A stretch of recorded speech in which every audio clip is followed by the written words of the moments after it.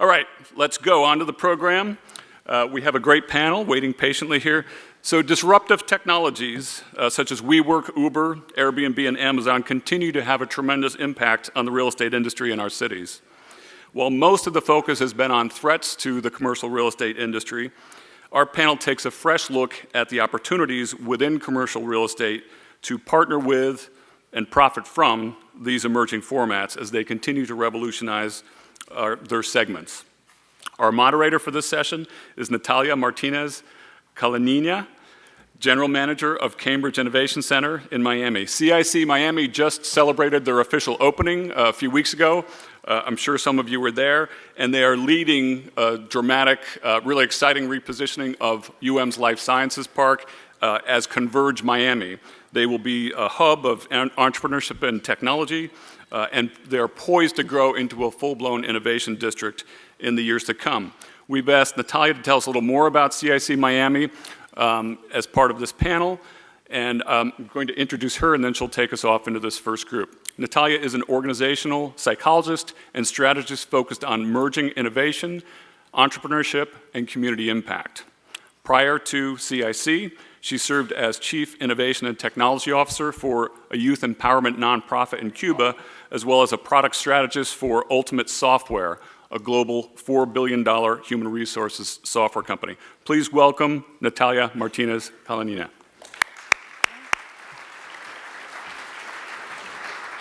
Thank you. Can everyone hear me? Yes. Thank you, Chuck, for that wonderful introduction. Thank you all for having me here. It's exciting for me. As Chuck mentioned, I'm an organizational psychologist by training, so my foray into the technology world came a couple of years ago, and my foray into the real estate world is even more recent with the CIC project and heading our expansion to Miami. So it is a pleasure to be so welcomed into this community. It's an industry that's important not just locally, but obviously for the rest of the country. But here we feel it very acutely, and so thank you for the warm welcome. I will give a very brief introduction since I was asked to about CIC, but then we'll move on to our panelists who are much more exciting and knowledgeable than I am in these topics. The Cambridge Innovation Center, CIC for short, was founded 17 years ago in Cambridge, Massachusetts, as the name would imply. We've since become an innovation district builder, so we are kind of not single-handedly, but in partnership responsible for what has become the flourishing of the Kendall Square area in Cambridge, if anyone has been there recently. We also have projects that have expanded into Boston. We have about 350,000 square feet of office space in the Cambridge and Boston area. That does not include some projects that we also have in direct partnership with the City of Boston and the State of Massachusetts that are meant to be open and accessible innovation centers to the average person that's not related to CIC and doesn't have to be our client. We also co-founded about a mile down the road from our headquarters what has become the premier life sciences accelerator in the country. It's called Lab Central. So we're very much into this idea of straddling entrepreneurship and innovation and the life sciences and how those elements and those stakeholders can merge to really drive community gravitas in the community and progress. We, outside of Massachusetts, our first U.S. expansion was in St. Louis, Missouri, where we're also part of an innovation district. In that case, it's called Cortex. Miami is our fifth expansion. Rotterdam in the Netherlands came before us, so we're kind of following in the footsteps of our first European foray. And we just opened officially our doors in Miami on October 24th. We are within what was formerly called the University of Miami Life Sciences and Technology Park. It has since been rebranded as Converge Miami with the intention of being institution agnostic and more open to other partners and entities. And aside from the one building that we're currently in, we're part of a triad that is working on this larger innovation district master plan that will occupy the rest of the parcel, and over the next 5 to 10 years, connect the health district here with the rest of the innovation corridor in Miami. So that's the project that I lead, and I'm very excited to do that. If I look tired, it's because I am. This has taken over my life for the last 2 years, but in any case, I'm very excited to be here. So I'm going to let our panelists introduce themselves so they can take that opportunity to not just talk a little bit about who they are, but walk us a bit through their business models, and in the case of Bob, a bit through their kind of investment philosophy. And so we can kind of start working our way back this way. James? Hi, I'm James Bree, Executive Vice President, Development and Construction for Seritage Growth Properties. Probably a lot of you have heard of us. We bought 266 Sears and Kmart's in 2015 and have been repurposing the properties. We're out there. We've started 50 in the last 18 months, about $450 million of capital investment to date. We're generally bought the properties for about $65 a square foot. We were collecting and are still collecting an average of $4 in rent from Sears, and then we take it and have been able to achieve an average of $18 of rent for Sears and getting an incremental return of around 12% on our investments. Everything to date has been pretty much core retail development, bringing in, so taking the single purpose building, putting in multiple tenants, bringing in grocers, cinemas, and health clubs, as well as traditional value players and higher end, larger format retail users. We still see that the market's very strong. We did over 2.2 million square feet of leasing last year in our wholly owned assets, and we're looking at 2017 still being as strong, if not stronger. That's what we do. How's your stock doing? Stock's okay. I'm Bob Graham with Rockwood Capital. I'm one of the founding partners of the firm. I'm in San Francisco, the epicenter of all things disruptive. We are a private equity firm. I think the best way to explain what we do is we invest up and down the capital stack across geographies and different strategies from value add to core. And we're primarily in office, retail, residential, and hospitality. We flirt with industrial periodically. And we have select regions we invest in. Those regions tend to have a high concentration of knowledge-based employment. We favor the live, work, play environments like most people do at this point in the cycle due to millennial growth. And that's essentially our overall investment philosophy. We'll talk a little bit more about it as we go through. I had 20 slides or so, and Natalia cut me back to 3. So I did. That's true. My day job is I oversee our investment teams. We have offices in New York, San Francisco, and LA, and I also handle our investment strategy and research. Great. My name is Michael Gross. I'm the vice chairman of WeWork. Today we are in our 6th year of existence. We have 125 buildings located all over the world. We basically provide creative office solutions for companies of all sizes. The business in its infancy was a solution for really the 1 to 10 person companies where it was very hard to find real estate solution for their needs, and tends to be a big pain point in how they want to grow and think about their business. And as our business has evolved, we've now become a much broader solution where we can service many Fortune 100 companies who are looking for more flexible, more affordable, but ultimately more culturally enhancing work environments for their teams. We're in 38 cities. The business today is global. And we have also just recently launched We Live, which is a residential format and playing off of very much the similar trends of urbanization and sharing of space and sharing of services. So the We Live product is the first 2 are in New York and in Washington, D.C. That's a product that we'll be rolling out more going forward as well. Well, thank you for that introduction. Let's kick off with a question for all of you. So the value of location, kind of how, as a driver, how do we assess that? How do you assess that? What of the metros, all of you work in a variety of metros, so what are the metros that are most on your radar? What characteristics place them there? And since we are in Miami, how does Miami stack up? Well, our sources were Sears decided which properties we were going to buy, and those were the ones we bought. But we're everywhere. We're in 49 states and Puerto Rico. It's a consistence of 42 million square feet.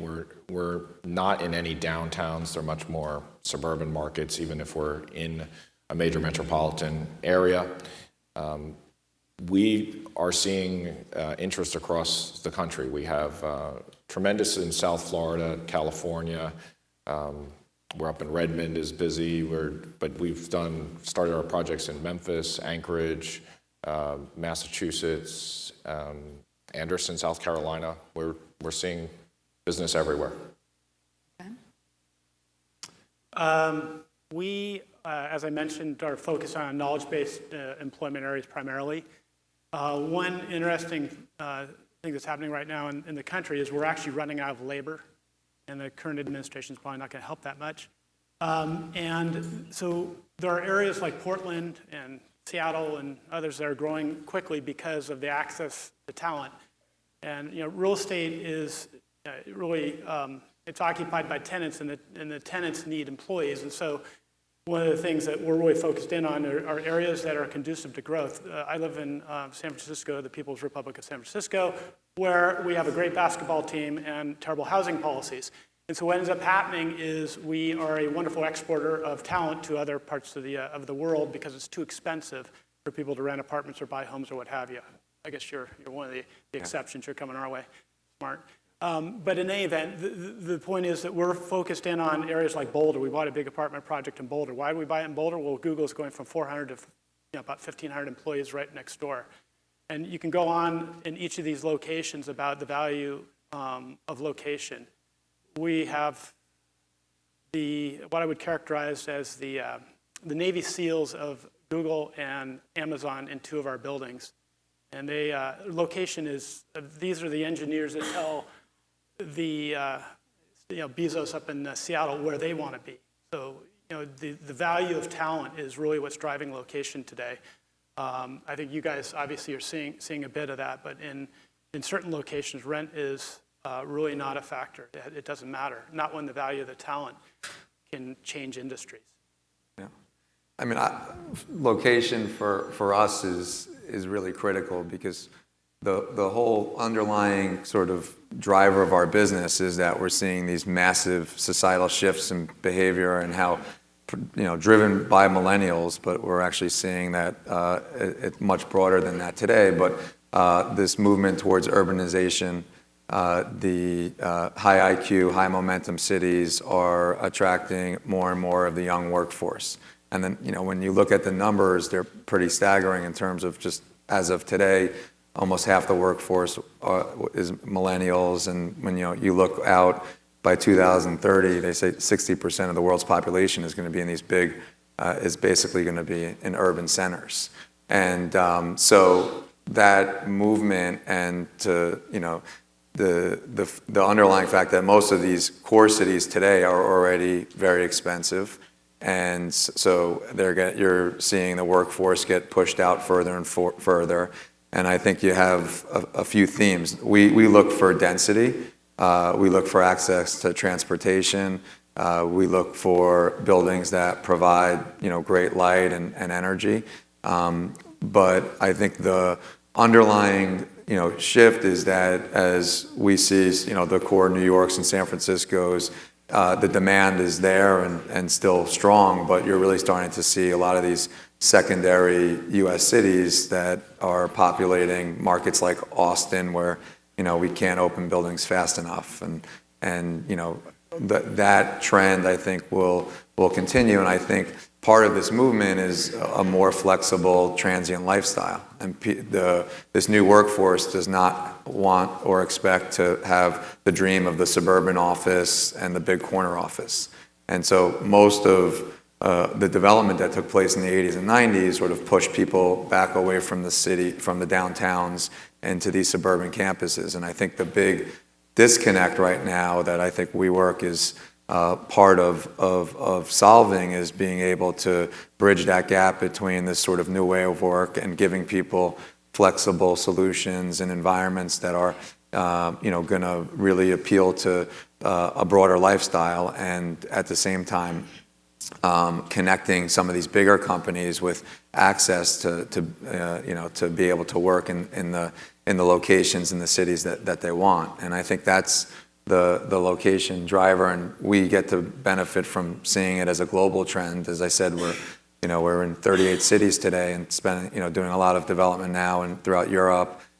We just opened our first couple of locations in Mexico City. We're seeing, in the next year we'll open in Brazil and Argentina and in Colombia and Peru. So just the extension of these kind of cities and those trends are very similar to what we're seeing here in the U.S. So Bob, you had mentioned Denver for a minute. So when we look at places like Boulder. You had mentioned Boulder or Portland. So these cities that have become known for, historically for some of the tech presence there, and are increasingly being known for some of the kind of tech presence that they're attracting. You also mentioned kind of the role of talent and the labor force in that. As Miami and a couple of other cities, but as Miami strives to be kind of the tech epicenter of the region and combining the northern and southern hemispheres, what are other ingredients that haven't been talked about on the panel yet that we need to keep in mind in order to really drive that growth? We'll pop up one of those slides. Let's pop up the slides. I was told that we should What just they say say, pop up the slides and they would come. Want the tech guys. Yes. All right, so this sort of summarizes some of the things. Maybe we go to the next one. It's probably a little bit more relevant. There we go. You guys can hopefully see this. Basically what this does is it charts levels of education. And as I mentioned, there's sort of a high correlation between growth of an economy and education. If you take my wonderful geographic region, we have 48% of the folks have very, very high levels of education. And that's a metro region. If you were to break it into subsets, like if you were to go down to Silicon Valley and just take a slice of that or a slice of San Francisco, it'd be far higher. Similarly, the DC region also ranks really high. Of course, they're mostly lawyers that aren't that productive. That's a joke for all you lawyers. And then you come to Denver, and you see Denver actually rates pretty high. Now, if you go down to Miami, it's at 31%. And that's one of the challenges with some areas, that they don't have the raw material. There's no mystery as to why Seattle's growing quickly. Seattle's history is really one of STEM-based science, technology, engineering, math, et cetera, because of Boeing and the agricultural business, natural resources. And so those areas that have sort of the raw material, which is the employee base, tend to do well. These aren't all the markets in the country. They're just sort of our favorites that we invest in. And we're looking for those areas that have these attributes, and also the areas that are the up-and-comers. Portland, I mentioned, is an up-and-comer, and it's one that we're invested in. And we're in office and apartments and hotels and retail and so on and so forth. So you can play different elements of the market. You can also play up and down the capital stack if we want to do preferred equity or debt or what have you, or long-term development. I think what you're seeing in social media and in the media business in general, I think spells a pretty good future for LA, particularly the South Bay of LA, which has a lot of the satellite government sort of employee base, some of the similar attributes of Seattle back in the day. And I think you'll see more growth in parts of West LA, particularly as going down towards the South Bay. Coming to Florida, I think for Miami in particular, we invest here. We have a lot of different investments, and it's kind of like Phoenix. It's a jail-free card is population growth, and it's becoming a gateway city, certainly to South America. And so it has a lot of positive attributes. It has wealth coming in from New York. It's got wealth coming in from other parts of the world. The biggest challenge, I think, the raw ingredient is, it doesn't have, like in the case Boston, you have Harvard and MIT and so on and so forth. It doesn't have the educational institution. I think that's probably, you talked about the Innovation Center. At the University of Pennsylvania, they have something called Pennovation, and they're looking to extend their reach. You probably know a bit about it. And it's all about sort of increasing the bandwidth, human bandwidth of education, and particularly in the STEM sciences. Well, I mean, stemming off of education, and this is kind of a bit to all of you, whoever wants to kind of engage with a question, let's talk about millennials. So looking at the audience, and no offense meant, but I don't think there are very many millennials among us here today. But they're the largest, at this point, the largest kind of block in terms of our growth. Demographically and kind of as a psychodemographic as well, kind of extended beyond that. So how have they driven the changes so far, and what should we be really looking forward in terms of millennial behavior changes and how that affects this industry? So, I think as I mentioned earlier, our business was really formed around a solution of really addressing a pain point for many young entrepreneurs who are getting going in their careers. And when you think about real estate, which is this incredibly it's this fixed cost that really has very little elasticity. And when you're starting a business and you're trying to extend that business and make decisions, those first few months are critical, and you get a little momentum, and then it's this concept, the disconnect of sort of, real estate being so fixed and longer term, and your needs being really short term, and your business, really needed to expand and contract. So what we see underlying with millennials in terms of behavioral patterns is, number one, the lifestyle aspect is huge. They're willing to take less space, and many times, they genuinely cherish, experiences over material goods. It's a generalization, but it's something that, it's really consistent in I think the behavioral patterns.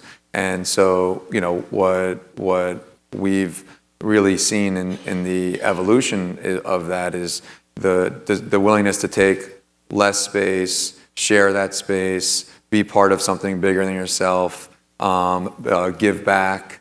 All of those attributes are really, I would say, a new, style of approaching work. And I think the underlying change that is what's fascinating is to see, most large corporations are not run by millennials, and yet the lion's share of their employees are. And there's a cultural challenge for many big companies today to say, how do I make my environment relevant for my workforce, and change to meet these needs?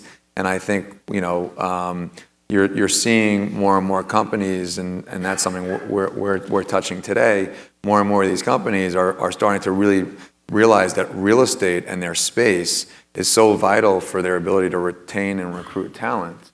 And I think that's something that you touched on. But if you're gonna not give an environment today that people are excited to come to work and have, it's going to be really difficult to do that. And that's, I think, the biggest shift that we're seeing. It's interesting, and I'm not sure if it's millennial driven or what have you, but hotels are starting to look like office buildings, and office buildings are starting to look like hotels. Or where, in the case of office buildings, you've probably been reading in some of the press, landlords now are offering concierge services and so on and so forth, providing perhaps some of the same things, maybe not the beer pong, but some of the same things that you would get in a hotel. And so, each asset class is being impacted by the millennials. In the case of apartments, more apartments in the urban areas, so that's triggering retail demand in the urban areas. Our apartment projects, I can go on for a long time about sort of some of the impacts. From Amazon lockers, delivery lockers, to the need for more storage, to the need for less parking, and so on and so forth. The average unit size getting smaller, and it goes on and on. I guess when you come from a dorm, it's not that bad being in a WeWork's office or in a micro apartment. So. Yeah. So what we're seeing is, and I don't think this is a surprise also, but the experience is very important in retail right now. And it's not just about going to shopping, it's the entertainment, it's the socialization that you do when you're at a mall or a center. A lot of centers are trying to bring the daily trip, the gyms and supermarket experience right to the mall, which is not revolutionary, but it's happening a lot more frequently now.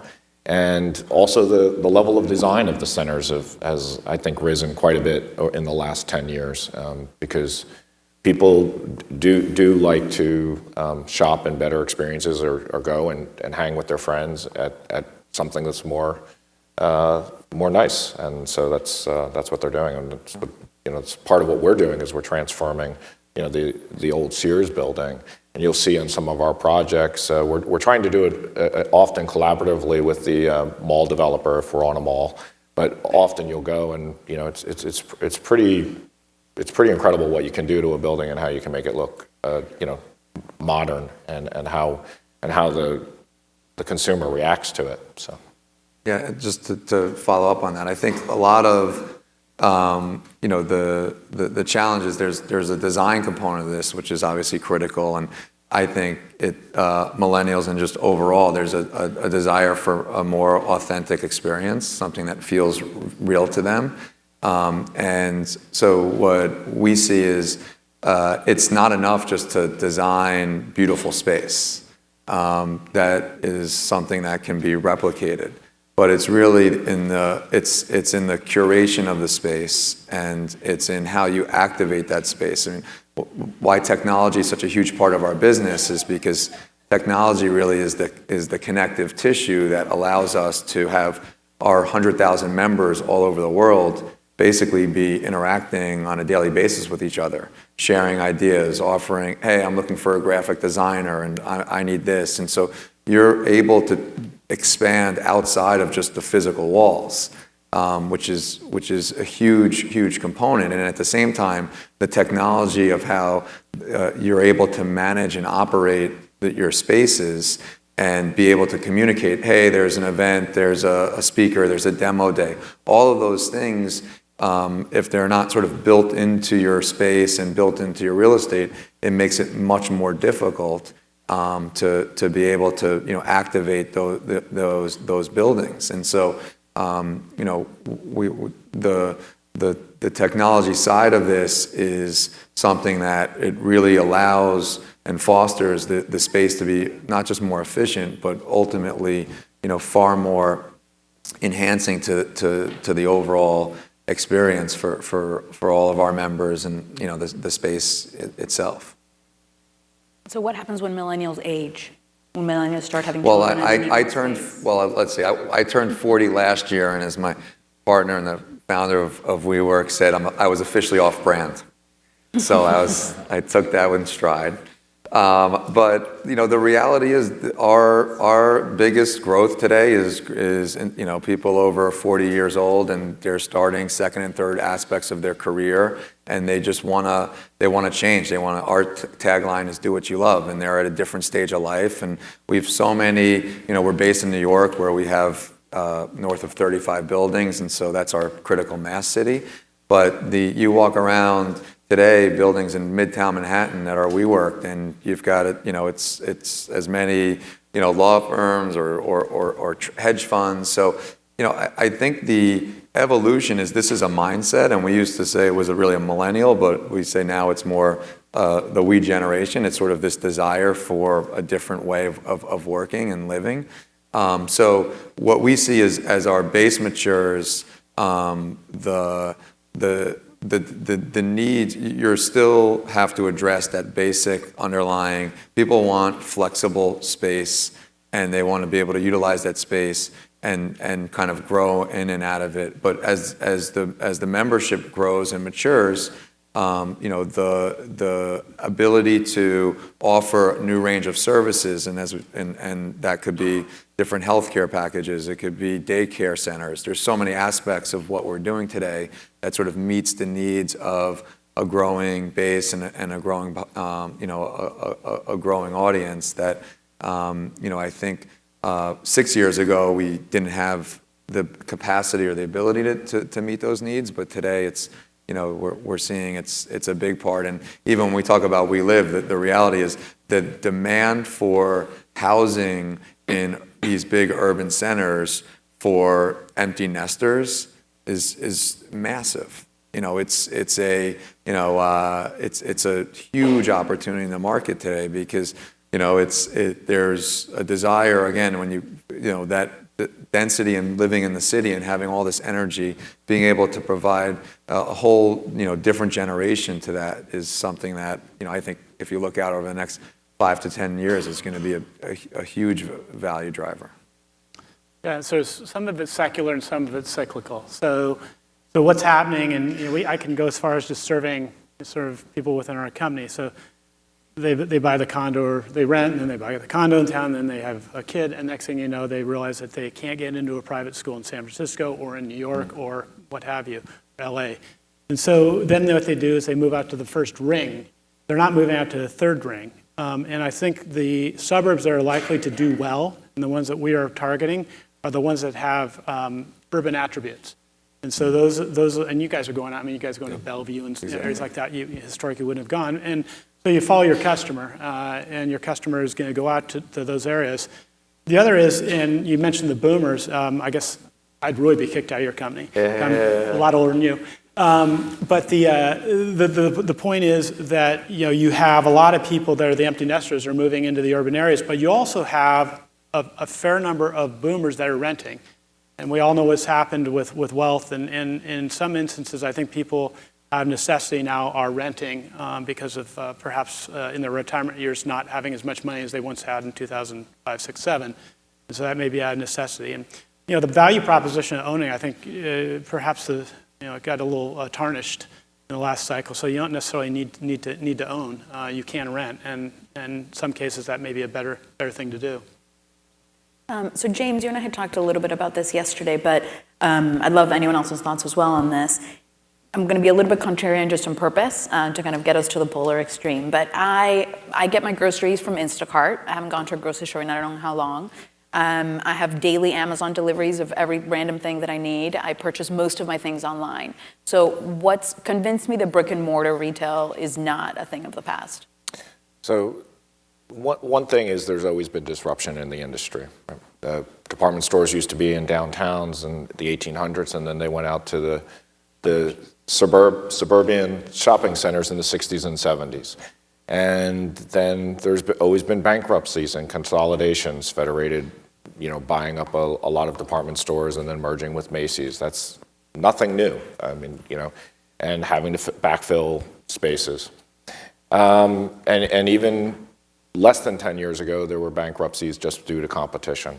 I think Amazon is, just to use the name, that's probably, they're the largest. They're predicted to, not yet, but they're predicted in the next 2 to 3 years to have larger gross sales of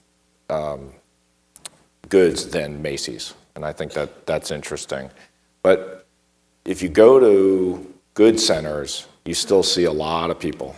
And you see a lot of people with bags. It's a lot about food and beverage. It's a lot about what entertainment is there, as well as the shopping experience. And for me, I think it's just we're all still social. I think a majority of us want to get out and get out of our houses and do things. I mean, WeWorks, they want to get. You could sit in your apartment and start a business, but they don't, right? And it's a good price point, and it makes it affordable for somebody to start a business, and it's a network, so there's that. I just think that's not going to change, no matter what generation it is. Any other thoughts? Yeah, oh boy, where we go.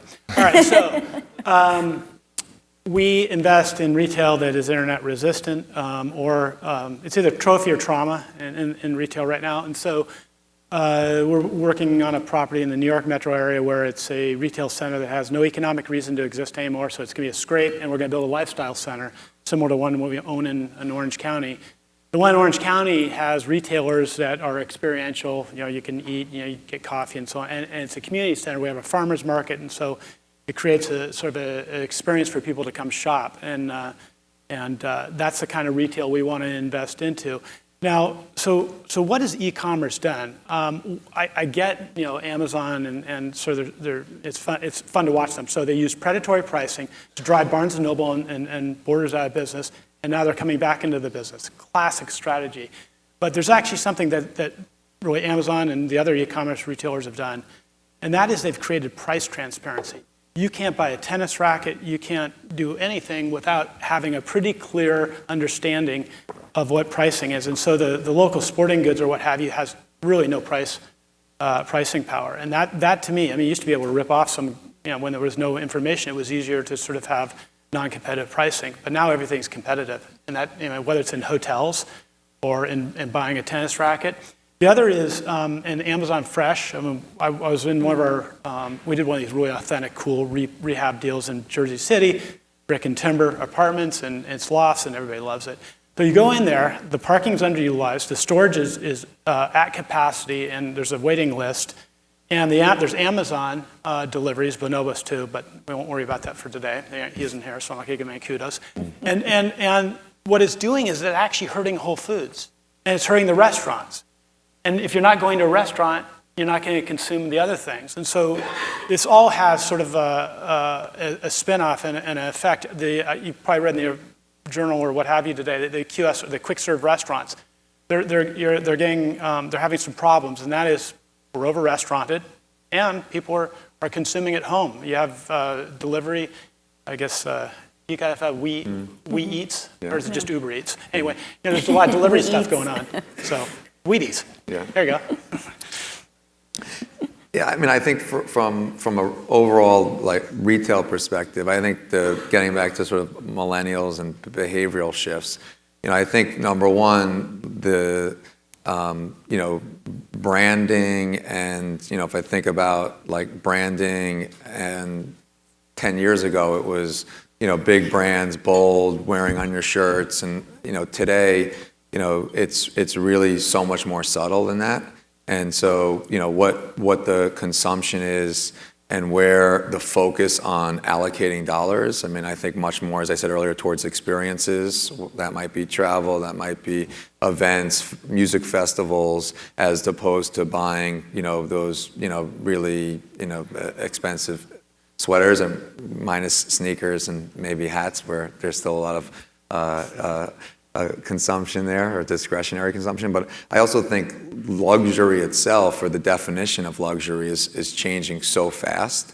And this, these, marble and sort of, super high-end goods. It's like, even from the restaurant perspective, it's being able to walk in place, be yourself, be able to put on a jeans and a t-shirt and a pair of sneakers and be comfortable in your surroundings. And I think, retail needs to shift to accommodate that trend. And I think a lot of retail centers, you walk in today and it's like, it's cold, it's not welcoming, the energy isn't there. And, there's going to be, really great smart developers like my friend to the right, who are going to see opportunities to sort of rethink those. But I think, the retail environment, there is a need for social, and I think that's a huge component of why our business is so successful. At the end of the day, we are really a physical social network, and everyone who, if your whole world is just on your phone, and there's even, we see it with a lot of our young employees, like there's a different ability for them to eye-to-eye contact and communicate. And I think bringing people together is hugely important. And I think as technology only gets more and more part of our lives, I have 3 daughters under the age of 10, and they're already so here that making sure that there's environments for them to connect and really be able to, have that social experience is going to be incredibly important. It's just going to be, I think, in a different box than it looks today. Another question for you, James, kind of piggybacking off of what you mentioned. What dynamic are you seeing, and kind of how do you expect the relationship to change between kind of street retail and malls? Kind of what are the pieces that each one is getting right, that each perhaps are they merging, are they distancing? Kind of what's the dynamic there? So this is somewhat new. We haven't started yet, but we're exploring going into bringing the mixed-use concepts to a lot of malls. I mean, there are places that this is happening, but integrating and making streets at the mall and putting residences over top of the retail, and, basically the urbanization of a suburban area. And I think, I think we all live in cities, and we like that experience, and I think that a lot of people tend to look for that too, and more so than the urban and rural environments today. A question we haven't talked about, so we've touched on retail, on commercial, obviously. We've touched on kind of private shifts in kind of the work, live, play concept. We haven't really talked about hotels. Obviously, we're in Miami, so I think it would be remiss not to talk about hotels and the tourism industry with entities like Airbnb, with Rome, which opened here, but I think just opened in Tokyo and has a presence here as well, and I think is in San Francisco and is further expanding. So this idea of kind of a different experiential way of traveling that doesn't quite that counterposes to a certain degree to hotels. What should we be expecting, and how should the hotel industry be adapting to this? I'll jump in. Prior to joining WeWork, I was the CEO of Morgan's Hotel Group, so we had a few hotels down in this area, Delano and Mondrian and Shore Club, and I think actually there's a lot of parallels to what WeWork is doing to commercial space to what effectively my predecessor, Ian Schrager, did 30 years ago in hotels, which was how do you take these white boxes and create theater entertainment in the lobby and a social community, and then around that community, basically, sell rooms upstairs at a premium. And I think that it's an interesting time right now because I think the shifts and I think in general the hospitality world is quite crowded with brands and lots of people trying to do experience, and I think that's a hard game to play when you're just trying to be cooler than the next guy and then the next guy, and you're sort of in a vacuum of playing that. And I think the Airbnb model is so powerful and it's something I think we see so much. It's sort of like this concept of a more personalized solution of walking into someone's apartment, sort of being able to have access, not ownership, be able to, stay for a week or a month. And when we think about WeWork over the next 10 years, like our vision is you're going to have kids maybe not even going to college, but certainly graduating college who are saying, this is what I just became a member of and I have access to apartments and offices all over the world. I've got friends.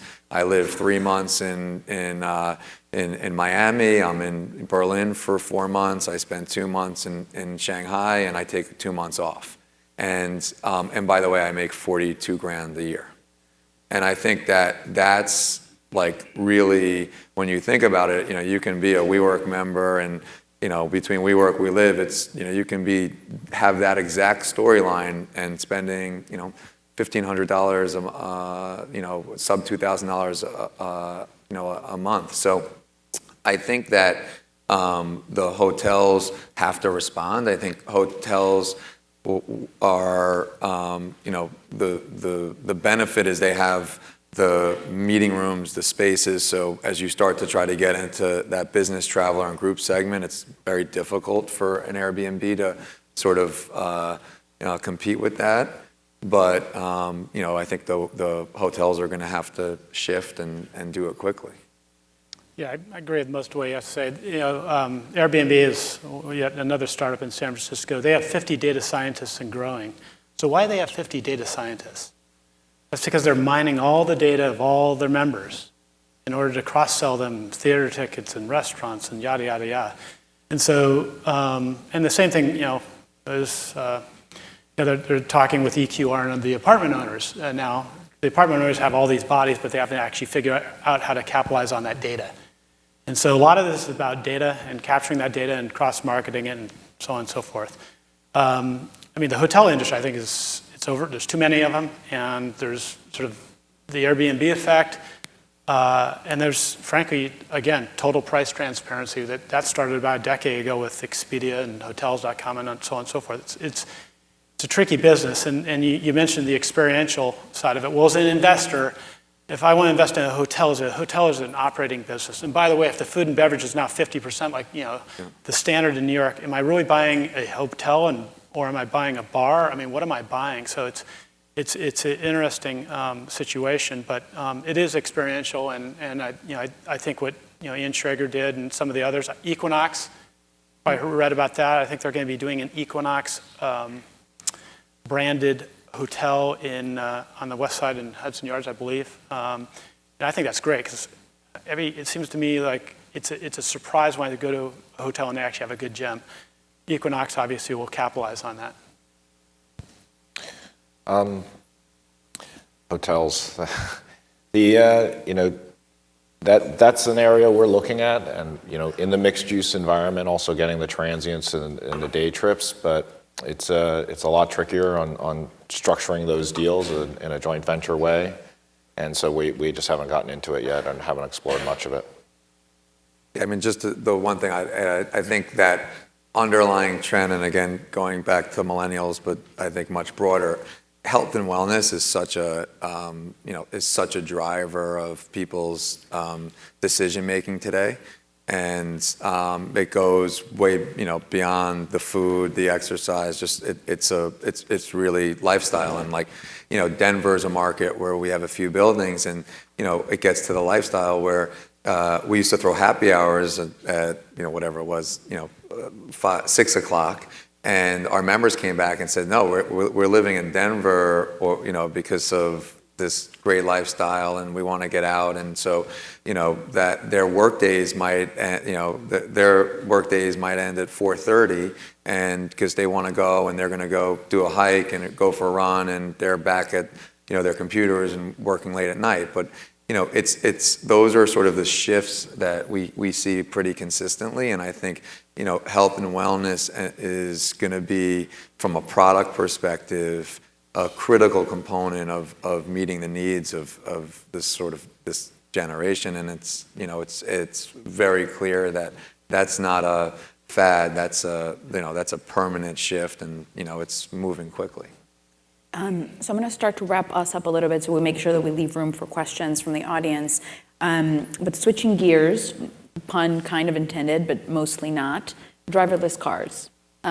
So kind of what's the horizon on something like that? What's the horizon on that impacting how we build and how we operate our facilities, how they are full, what the usage patterns and kind of the urbanization. You mentioned the reurbanization trend, Michael. So kind of what are the expected effects of a trend of a rising technology like driverless cars, and kind of when should we expect those trends to start to come to fruition? Well, to that, the second part of the question, I have no clue. I don't know when it's going to come, but it seems like it's inevitable.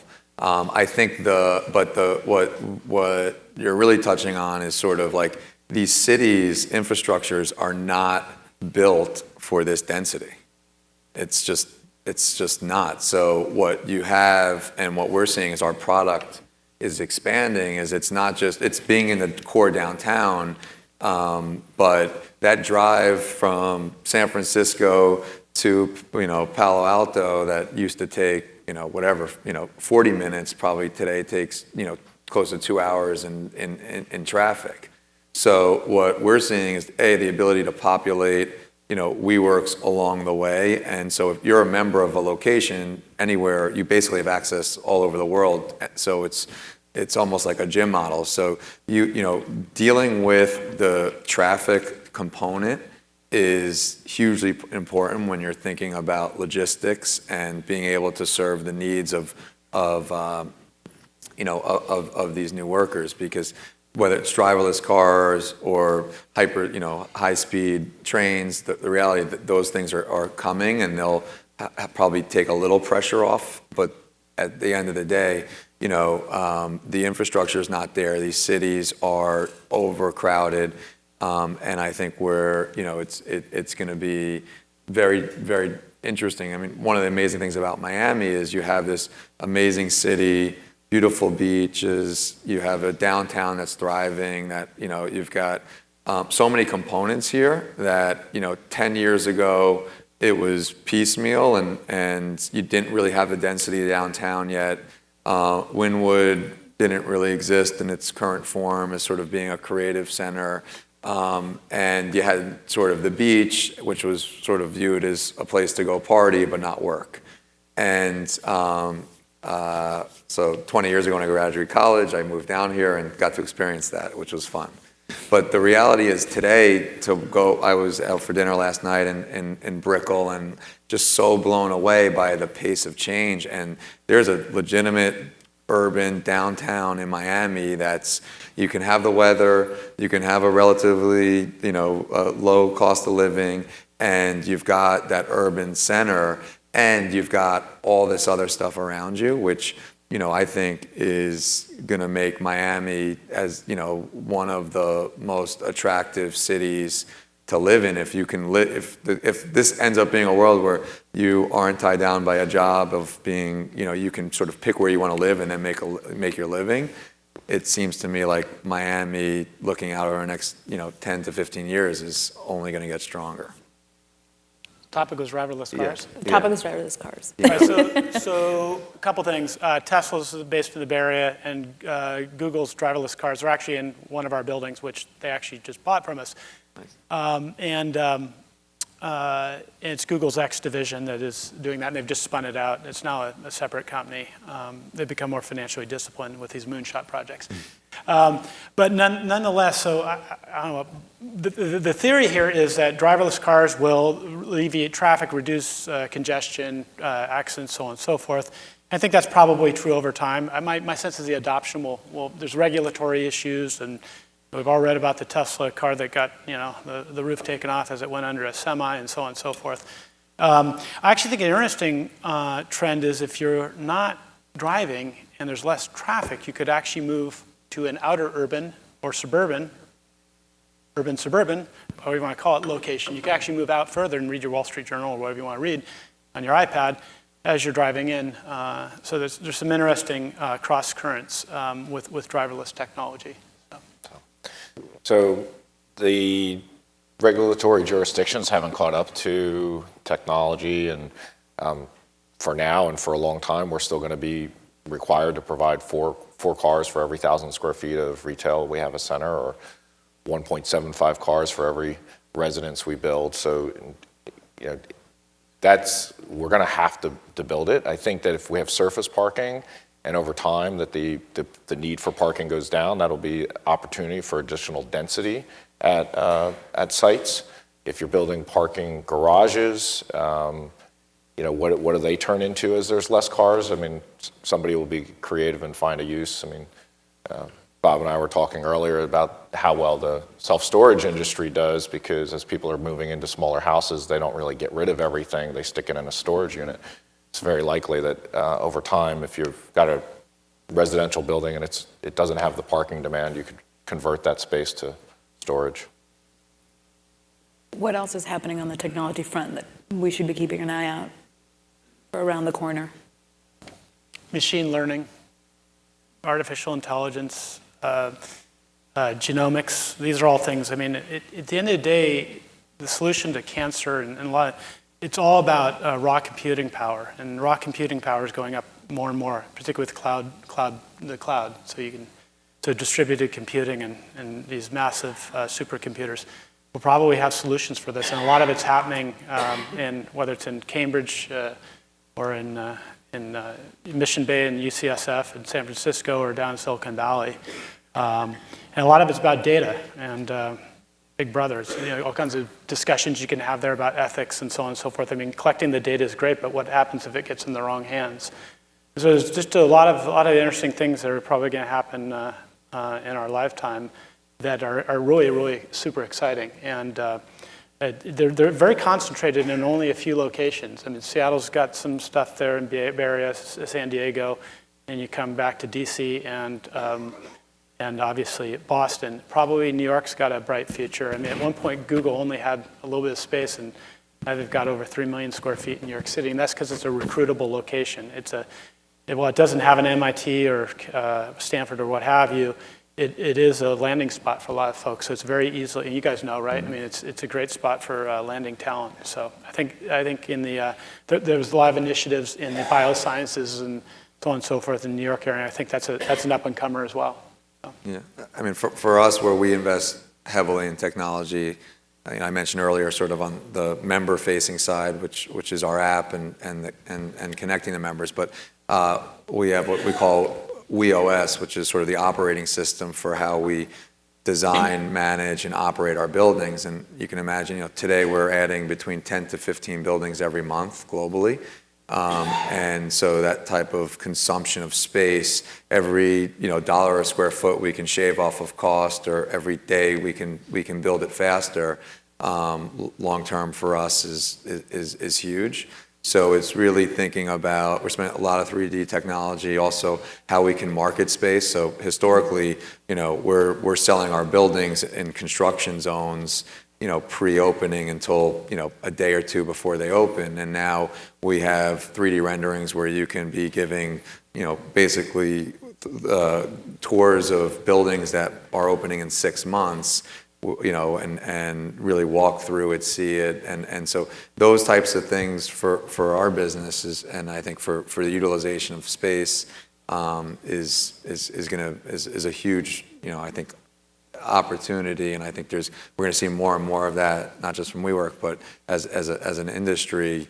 I think there's a lot of opportunity to invest there. And there's big initiatives. You've heard of, obviously, Facebook with Oculus, which is virtual reality. You put on your little headgear. But there's also, for those who play, Pokemon and the augmented reality. I'm sure all the millennials know all about it. But that's going to be exciting too. I mean, the ability to see what you might look like in a pair of pants or what have you, I think it has implications for retail.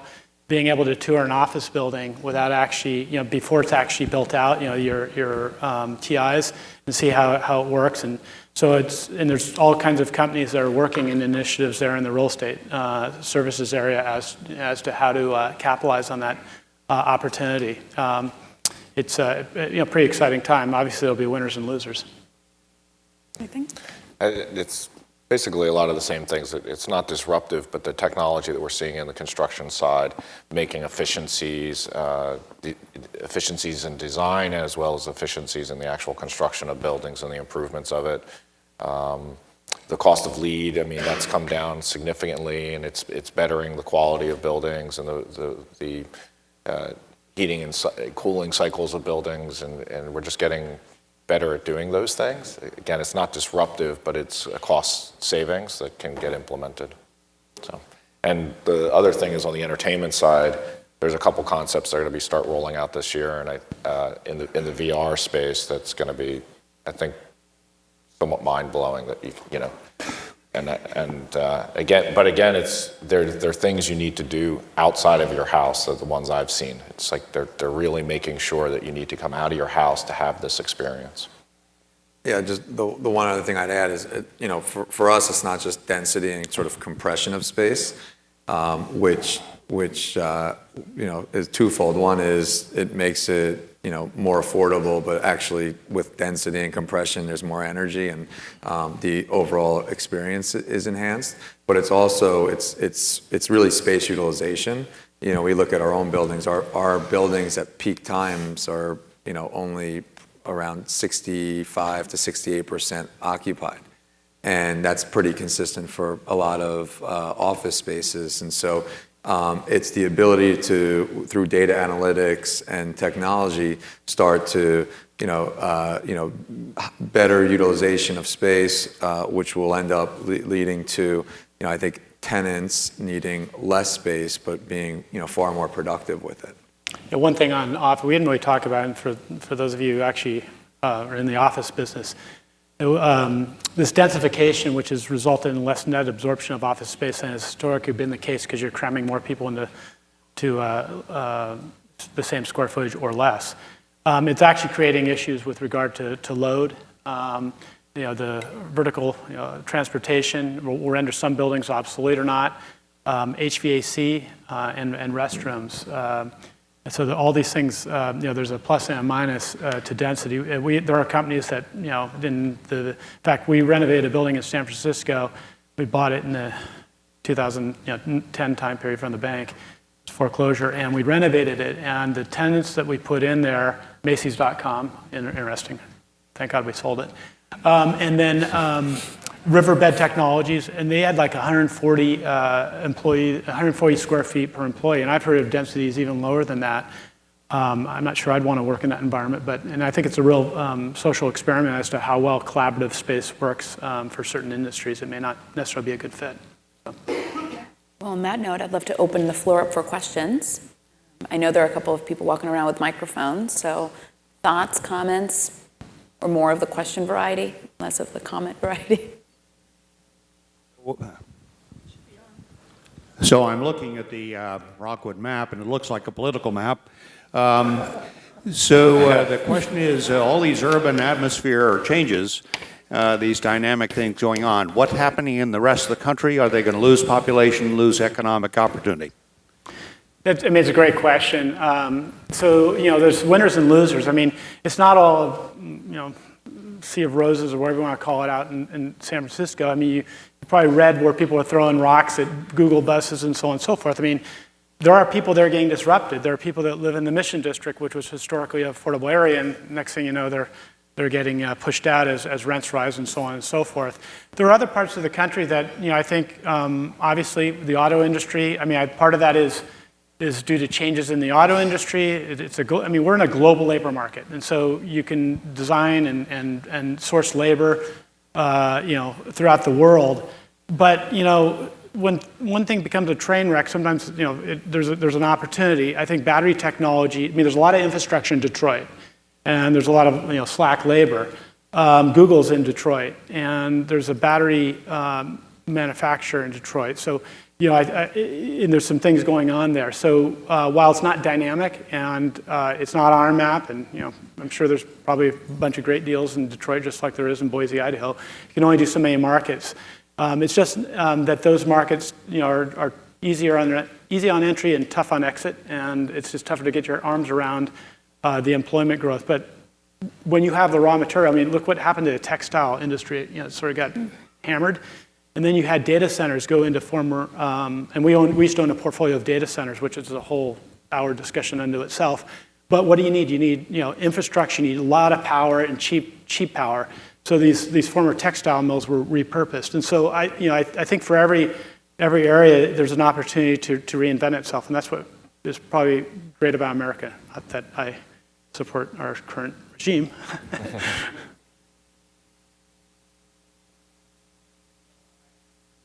Is this thing working? Oh, there we go.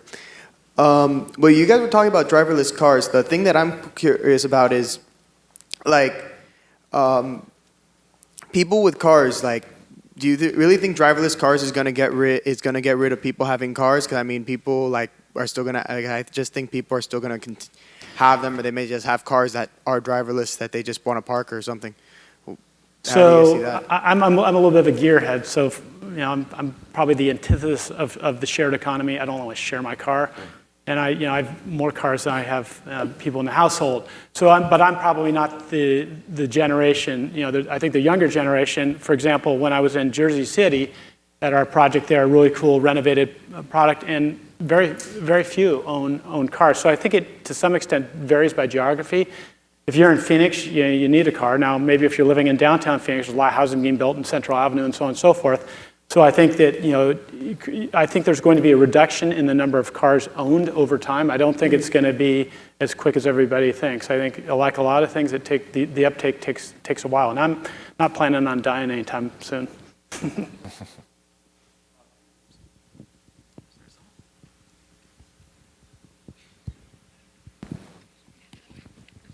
Hi.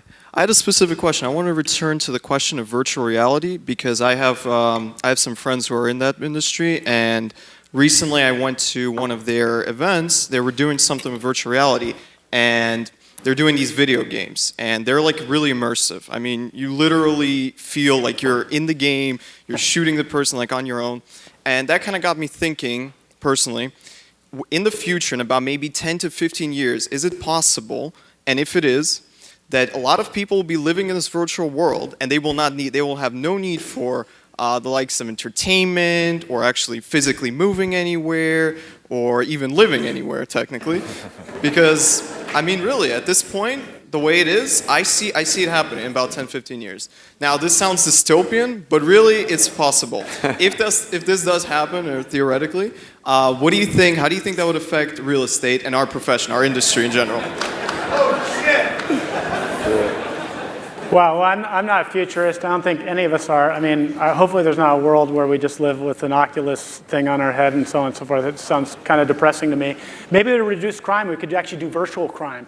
So virtual dating too. You could just figure it out. So I don't know. That's a tough question. My sense is kind of like we talked about. I think one of the things that WeWork has done is it's the sense of community, and the same thing's happening in the office sector. I live in one of these areas that has these homes, and everybody bashes out the home, remodels it, and creates the kitchen family great room. That's effectively what's happening with office buildings. When we rebuilt our office space, we created the kitchen, sort of the great room for everyone. So I think there's a need to collaborate. Now, I guess like FaceTime, is that collaboration? Well, sorta, and I guess virtual reality could kind of be, assuming it wasn't an avatar, it was something real. Hi, this is a question more focused towards Seritage. I was wondering what your thoughts were on the viability of department stores moving forward, given the recent weakness in sales, and then more specifically how that pertains to Sears within your portfolio and what their viability is moving forward.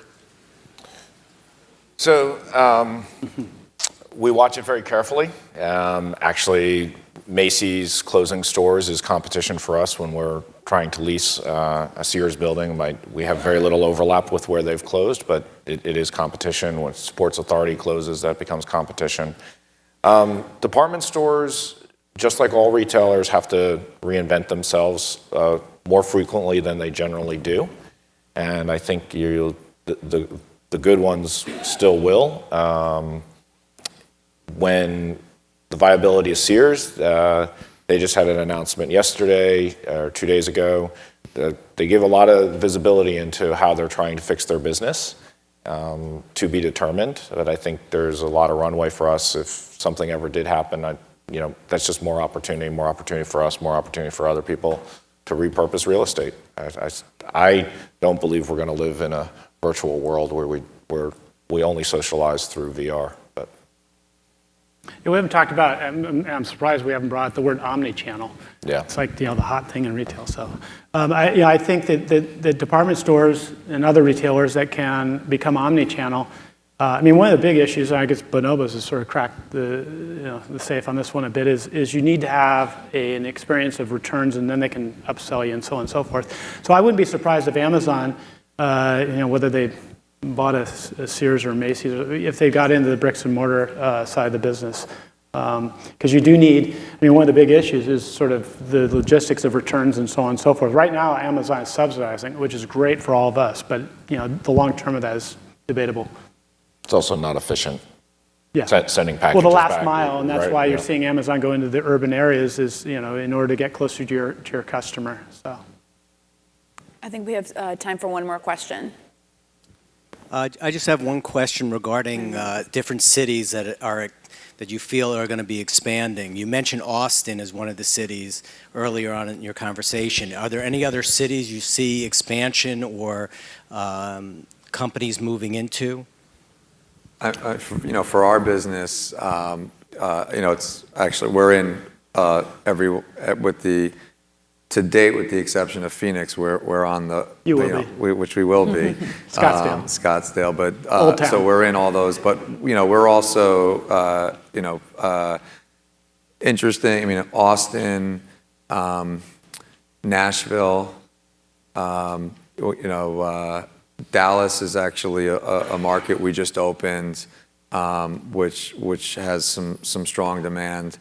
Interestingly enough, Detroit's a market that we just opened our first location in, and tremendous amount of enterprise. So what we can feel demand both from the small little companies, but also from big companies that are looking to move satellite offices. And surprisingly enough, Detroit is a market where a lot of companies, Pinterest just moved an office into a WeWork. So. I think those are a few where Minneapolis is another market where we're not in yet, but we are, we will be, and we're also seeing a lot of momentum there. So, I think those are some of the extended, sort of secondary cities that our model is moving towards. Yeah, I think you have to put a time frame on it, and we have long and short term, tactical versus longer term capital. And if you can play the 10 or 15 year cycle, it's different than playing the 5. And a lot of them are already elevated. The Bay Area, the big issue is not just recruiting, but retention of talent. So, while it's seemingly a good market, it also is hyper competitive, and so it's not necessarily that easy. That's why you're seeing a lot of firms open up an office in Seattle or in Portland because of the access to talent and the ability to retain the talent, putting aside rent and labor, salaries and things like that. So I like Denver long term. I think parts of what's happening in the media industry. Amazon Prime is at the Sundance Film Festival. Go figure, right? So there's a lot going on in the content business, and sort of LA is epicenter for that. And you probably have read about Google down there. They have a YouTube division down there, and they've subsequently bought a lot of property and are expanding there. And it's no mystery. YouTube produces talent, and I think ultimately they're going to leverage that model, and that'll probably be an area that will continue to grow. We're investing there. I'm sure you guys are looking at. You guys are down Manhattan Beach and a few other spots down there. Manhattan Beach is awesome for the talent and lifestyle and all that down there. So on that note, I want to thank our panelists for joining us and driving such a great conversation.